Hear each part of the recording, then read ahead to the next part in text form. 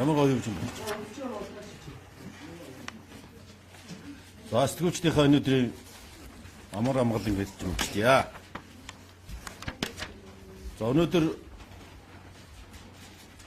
Монгол Улсын зам тээврийн хөгжлийн сайд Яа Содбаатар жижиг дунд үйлдвэрийн асуудлаар нэр холбогдсон тул ёс зүйн хариуцлага хүлээж зам тээврийн хөгжлийн сайдын үүрэгт ажлаасаа чөлөөлөгдөх өргөдөл хүсэлт гаргасныг шийдвэрлэж Монгол Улсын ерөнхий сайд Монгол Улсын ерөнхийлөгчдөө зөвшөлтсөөр хөргүүлж байна.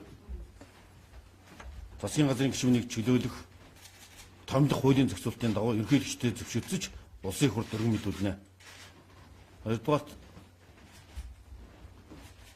боловсрол соёл шинжилгээ ухааны сайд цогцлол маань засгийн газрын тухай хуулийн 11 дугаар зүйлийн 3-т засгийн газар танхимын буюу одоо кабинетийн зарчмаар ажиллана гэсэн зарчмыг зөрчсөн учраас мөн 24 дугаар зүйлийн 4-т засгийн газрын гишүүн шийдвэр мэдээлэл гаргах альва хэлбэрээр албан ёсны байр суурь илэрхийлэхдээ ерөнхий сайдын бодлогыг баримтлана гэж тус заасныг зөрчиж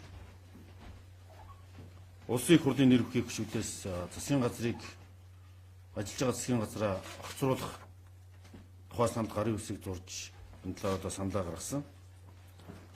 За ер нь гүйцэтгэж байгаа ажил үүрэгтэй гэсэн холбогдуулаад засгийн цаашд ажлыг шуурхай төвийн зохион байгуулах шаардлагын үүднээс засгийн газрын тухай хуулийн 23 дугаар зүйлийн 1-т хэсгийн 1-т заасан бүрийн эрхийн хувьд Монгол Улсын ерөнхий сайд засгийн газрын гишүүн боловсрол соёл шинжилгээ ухааны спортын сайд цогцлмаг албан үүргээс нь чөлөөлж огцруулах саналыг бас Монгол Улсын ерөнхийлөгчид зөвшөлтсөөр хөргүүлж байна. За зөвшөлтсөний үндсэн дээр Монгол Улсын их хурлд дээрх хоёр сайдыг чөлөөлөх асуудлыг өргөн мэдүүлнэ.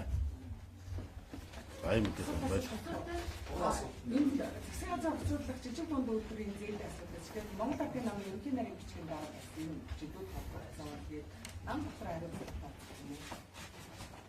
За нам төрийн бус байгууллагууд бол өөрийн дүрмтэй баг хурал өдөр зүйл өөрийн шийдвэр гаргах бүтцүүтэй төрийн бус байгууллагууд бол энэ асуудалд хэрхэн холбогдсон гэдэг өөрийн дэг журмаараа шийдвэрлэгдэн тэр нь хуулиар зөв тогтоогдож нөлөөсөн төрийн явдлын дээр албан тушаалд хамаарахгүй учраас энэ засгийн газрын шийдвэрт хамаарахгүй.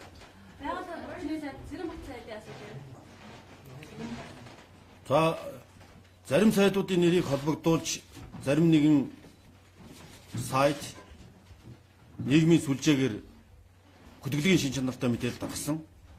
Холбогдсон сайтууд дор бүрдээ тус бүрдээ няцаалт хийж энэ хамааралгүй бөгөөд холбогдлого болохоо мэдгдсэн байгаа. Мэдээж энэ дээр бол нуглаа завхрал гарч болохгүй. Энэ асуудлууд нь бол хууль хяналтын байгууллагаар одоо шалгагдаж үнэн тогтоогдох байхаа. Тийм учраас энэ хүрээнд хамаардах. Дараагийн сайд нарыг ямар хадгалаар сонгох вэ? Одоо ингээд үндсэндээ энэ засгийн газраас маань зөвхөн сайдын ялангуяа зам тээврийн яамн дээр бол одоо хоёрын хоёр сайд өгсөн. Дахиад давхар бэлтэй авах дараагийн сайд. За дараагийн сайдын асуудлуудыг бол одоо бид сайтар наривчсан судлах болно. Энэ дээр одоо Өөрөөр хэлбэл холбоотой асуудлаар таны нэр авч ирсэн бас хөтөлбөр хэмжээ хамгаалсан сайдыг нэлээд олон сайдын нэрс авч ирсэн. Тэгэхээр бусад сайд нар энэ самгаас ямар ч зээл авах асуудалгүй гэж ойлгож байна. манай сайднууд дор бүрдээ мэдээлэл гаргасныг би хэлсэн. Холбогдлого ямар нэгэн асуудал гэдгийг илэрхийлсэн. Миний хувьд ч гэсэн тэр энэ миний хамаарлах этгээд болон миний хувьд нөлөөлсөн ямар ч асуудал гэдгийг мэдгдсэн байна. Бүр хууль хяналтын байгууллагад шалгуулахаар өргөдөл гомдоо гаргасан байна.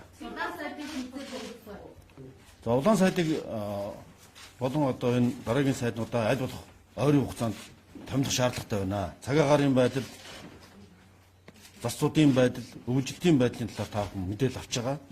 Энэ дашимд одоо бас цагаагаарын урьдчилан сэргийлэх мэдээг нийт иргэдэд хүргэх талаар та бүхнийг онцгойлон хамтарч ажиллахыг хүсэж байна.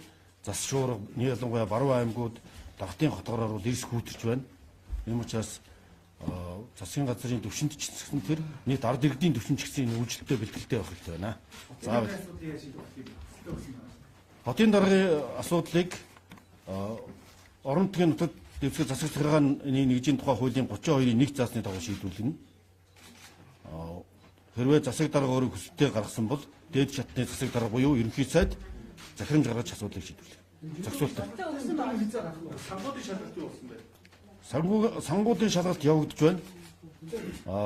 Бид ойрын үе засгийн газрын хуралдаанаар хилцээд дүнг мэдэгдэх болно. Одоо олон сан наривчин шалгаж байгаа учраас дүн эцэн гараагүй байна.